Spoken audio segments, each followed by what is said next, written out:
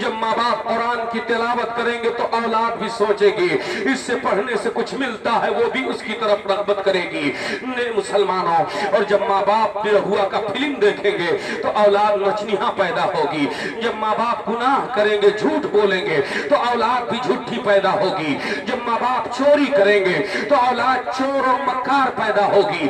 اس لیے اپنی اولاد کو آپ اچھی تربیت دیں. میرے مصطفیٰ کریم فرماتے ہیں اولاد کے لیے سب سے پہلا مدرسہ جو ہے وہ ماں کا گود ہوتا ہے.